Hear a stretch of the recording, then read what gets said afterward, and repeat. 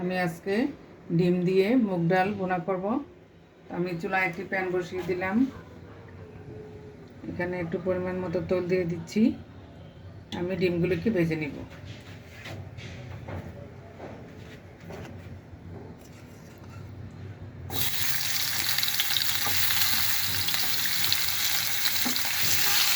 ডিমগুলোকে আমি ভেজে নিচ্ছি।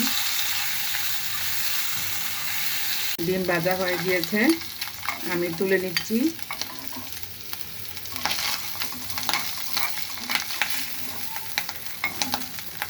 ডিমগুলি একে একে তুলে নিলাম।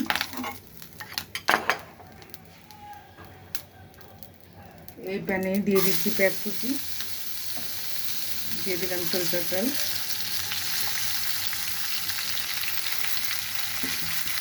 আমি পেঁয়াজগুলোকে একটু ভেজে নিচ্ছি। পেঁয়াজ ভাজা হয়ে গিয়েছে, আমি এখন মশলা অ্যাড করে দিচ্ছি। 1 চামচের চেয়ে একটু বেশি লাল মরিচের গুঁড়া, 1 চামচ ধনিয়ার গুঁড়া, 1 চামচের চেয়ে একটু কম হলুদের গুঁড়া দিয়ে দিলাম। একটু আদা বাটা, রসুন বাটা 1/2 চামচ করে দিয়ে দিলাম।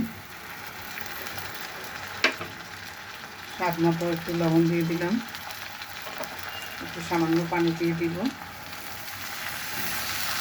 এটাকে কষিয়ে নেব।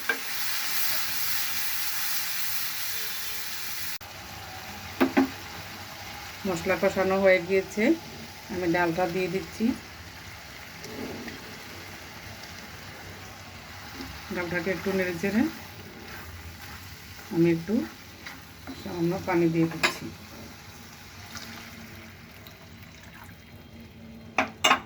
এটাকে আমি 10 মিনিটের জন্য ঢেকে দেব।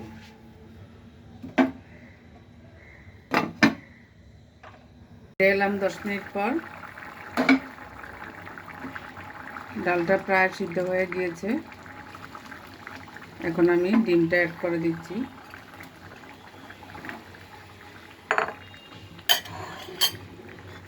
দিয়ে দেবো একটু ভাজা জিরার গুঁড়া,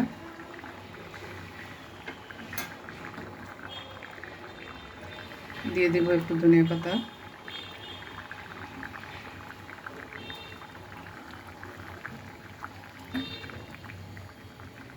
এখন আমি আর 5 মিনিটের জন্য ঢেকে দিচ্ছি।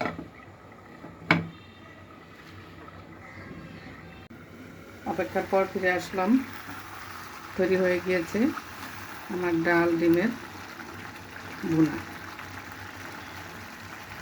চুলাটা বন্ধ করে দিচ্ছি, একদম রেডি।